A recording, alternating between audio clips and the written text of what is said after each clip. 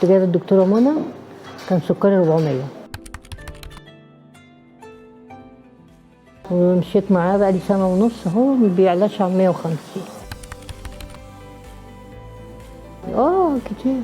انا متابعه معاها بقى من ساعتها، يعني باجي لها كل 3 شهور. مضاعفات بقى التهابات، رجليا تنمل، والتهابات جسمي يفتح بقى التهابات. متابعاني طبعا، هي نظمت لي اكلي وشربي.